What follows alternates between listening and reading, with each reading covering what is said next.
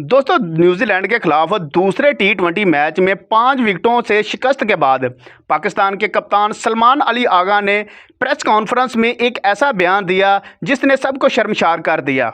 सलमान अली आगा, जिनको अभी अभी टी20 टीम का कप्तान बनाया गया है, लेकिन न्यूजीलैंड के खिलाफ पहले दोनों मैचों में हार के बाद सलमान अली आगा ने एक ऐसा बयान दिया जिसे सुनकर सब हैरान रह गए। दोस्तों, सलमान अली आगा ने क्या कहा, इसके बारे में हम आपको इस वीडियो में बताएंगे। लेकिन वीडियो में आगे जाने से पहले आपसे गुजारिश है कि वीडियो को एक दिल से लाइक और हो सके तो चैनल को सब्सक्राइब कर लें। दोस्तों, दूसरे टी20 मैच में पाकिस्तान ने पहले बैटिंग करते हुए 5 विकेटों के नुकसान पर 15 ओवर में 137 रन बनाए।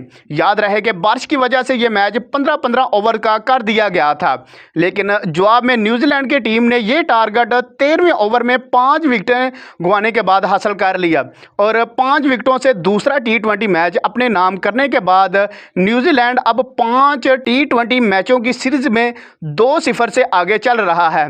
मैच को हारने के बाद सलमान अली आगा ने एक ऐसा बयान दिया जिसने सबको हैरान कर दिया। दोस्तों, सलमान अली आगा ने कहा कि टीम में कुछ ऐसे खिलाड़ी हैं जो नहीं चाहते कि मैं कप्तान रहूं। वो खिलाड़ी मुझे कप्तान समझ ही नहीं रहे। मैं कहता कुछ हूं, वो करते कुछ हैं। दोस्तों, सलमान अली आगा ने मजीद कहा कि उन खिलाड़ियों को चाहिए कि वो मुझे सपोर्ट करें ताकि पाकिस्तान की टीम जीत की राह पर गामजन हो।